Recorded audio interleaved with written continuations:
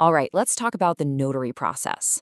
You know, that final critical stage where a deal goes from almost there to officially done.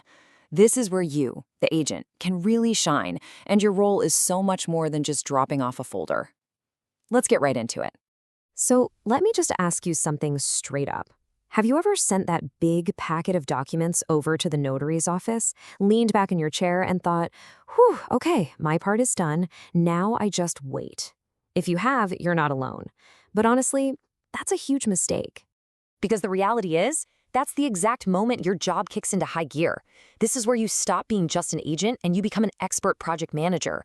Your most important work is really just getting started. So let's start by blowing up a big misconception.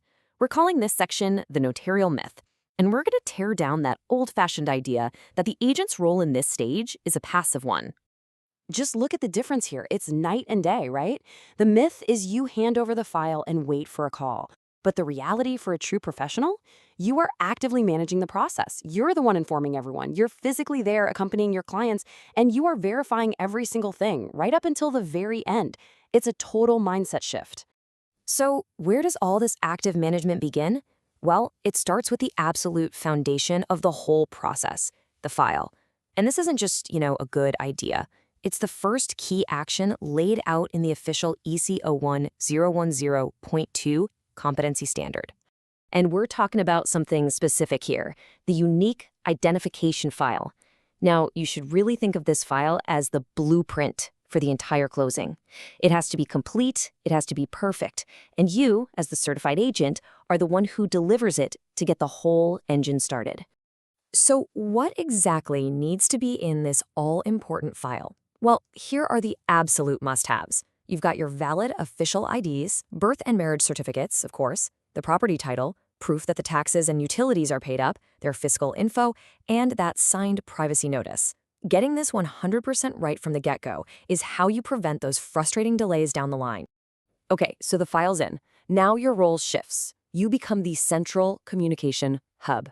Your clients are navigating a really complex, sometimes stressful process, and they are looking to you to be their guide. And your communication duties here really boil down to three things. First, you've got to tell them exactly what's going to happen, step by step. Second, you clarify how it all works and, crucially, give them realistic timelines. And third, and this one is so important, you break down the final costs for everybody. For the buyer, for the seller. No surprises. That's the goal. And hey, don't just take my word for it. This is pulled directly from the competency standard. It literally says your job is informing of the procedures, processes, timelines, and final costs. It's not just good service, it is the standard you're held to.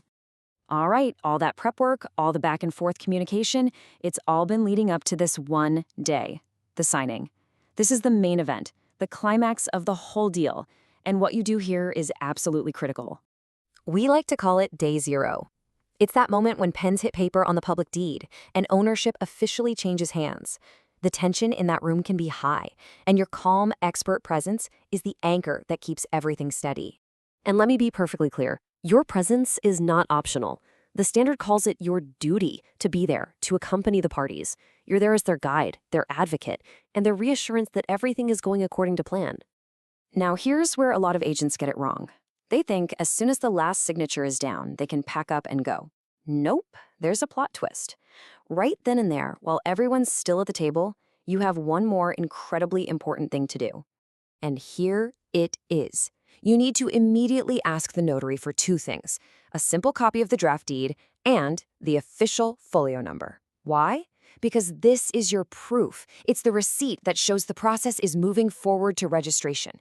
Honestly, this one small step is what separates the pros from the amateurs. So you've made it through the signing. You've got your copy of the deed, but you're not quite at the finish line yet. There is one final task that you need to handle to wrap everything up perfectly for your client. So let's look at the timeline. On the day of the signing itself, you request that simple copy.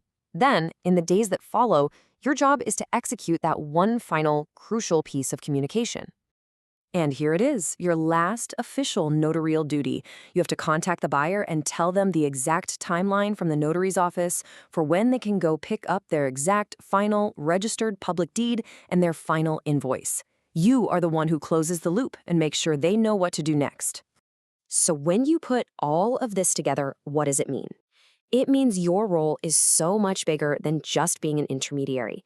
You are the indispensable manager of the entire closing. And this slide says it all. The notary has their lane. They give public faith, they formalize the documents. Your lane is to manage everything around that. You coordinate the people, you communicate the process, you verify the details, and you follow up until every last T is crossed. You're two sides of the same professional coin. And just remember, none of this is my opinion. These responsibilities are all spelled out, black and white, in the Connoisseur E0110.02 standard. Following these steps is what it means to provide a truly certified professional service in Mexico. I absolutely love this analogy. You are the orchestra conductor. The buyer, the seller, the notary, they're all your musicians. And you're the one holding the baton, making sure everyone plays their part at the right time to create a perfect, successful transaction. And once that's done, the hard part is over. The property is legally theirs. There's just one final, incredibly satisfying moment left, handing over the keys. And we're going to cover how to make that moment perfect in part 4 of this series. So I'll leave you with this. After seeing everything that's involved, are you ready to step up? Are you ready to be that expert manager, that orchestra conductor that your clients absolutely need during this final, crucial stage?